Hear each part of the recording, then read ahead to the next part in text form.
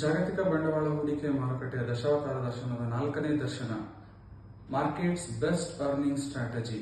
ಬಹಳಷ್ಟು ಜನ ಹೇಳ್ತಾರೆ ಮಾರ್ಕೆಟ್ ಬೀಳ್ತಾ ಇದೆ, ನಾವು ಅಮೌಂಟ್ ಅನ್ನ ತಗೋಬೇಕು ವಾಪಸ್.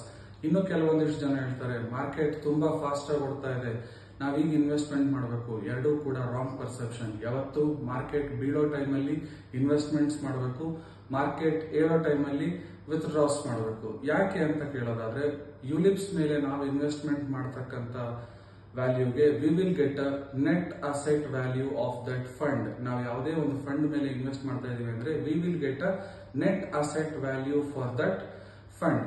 ಸೊ ನೋಡೋಣ, ಆಲ್ವೇಸ್ ವೇರಿಯಿಂಗ್ ಮಾರ್ಕೆಟ್ ಅಲ್ಲಿ ನೆಟ್ ಅಸೆಟ್ ವ್ಯಾಲ್ಯೂ ಯಾವ ತರ ಸಿಗುತ್ತೆ. ಒಬ್ಬ ಮನುಷ್ಯ 5 ವರ್ಷ ತನ್ನ ಪ್ರೀಮಿಯಂ ಪೇ ಮಾಡ್ದ ಅಂದ್ರೆ ಕಂಟಿನ್ಯೂಸ್ ಆಗಿ ಏರ್ ಹಿಡಿತಾ ಇರೋ ಮಾರ್ಕೆಟ್ ಅಲ್ಲಿ ಅವನಿಗೆ ಸಿಗ್ತಕ್ಕಂತ ನೆಟ್ ಅಸೆಟ್ ವ್ಯಾಲ್ಯೂ ಬಂದ್ಬಿಟ್ಟು 51,000 ಸಮಥಿಂಗ್ ಸಿಗ್ತಾ ಇದೆ. ಅದೇ ಇನ್ನೊಂದು ಸ್ಟ್ರಾಟಜಿ ನೋಡೋಣ, ಕಂಟಿನ್ಯೂಸ್ ಇನ್ಕ್ರೀಸಿಂಗ್ ಮಾರ್ಕೆಟ್. ಸೊ ಈ ಕಂಟಿನ್ಯೂಸ್ ಇನ್ಕ್ರೀಸಿಂಗ್ ಮಾರ್ಕೆಟ್ ಅಲ್ಲಿ ಈ ಮನುಷ್ಯ 5 ವರ್ಷ ಕಟ್ಟೋ ಪ್ರೀಮಿಯಂಗೆ ಅವನಿಗೆ ಸಿಗ್ತಕ್ಕಂತ ನೆಟ್ ಅಸೆಟ್ ವ್ಯಾಲ್ಯೂ 43,000 ಚಿಲ್ಲರೆ ಮಾತ್ರ. ಸೊ ಈಗ ನಿಮಗೆ ಗೊತ್ತಾಗ್ತಾ ಇದೆ the value of net asset value ಇದು ಎಷ್ಟು ಇಂಪಾರ್ಟೆಂಟ್ ಅಂತ ಹೇಳ್ಬಿಟ್ಟು.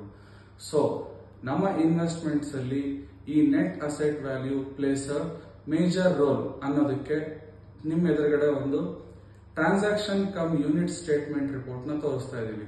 ರೀಸೆಂಟ್ ಆಗಿ ಒಬ್ಬ ವ್ಯಕ್ತಿ 5 years 6 lakhs ನ ಇನ್ವೆಸ್ಟ್ಮೆಂಟ್ ಮಾಡಿಬಿಟ್ಟು at the 6th year he is gaining 68 lakhs at 22.10% rate of interest.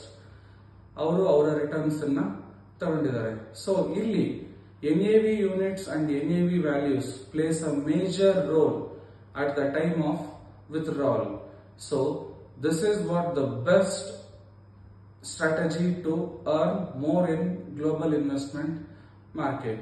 To know more updates regarding global investment market strategies, please follow my YouTube channel, Instagram page and Facebook page for more updates. Thank you.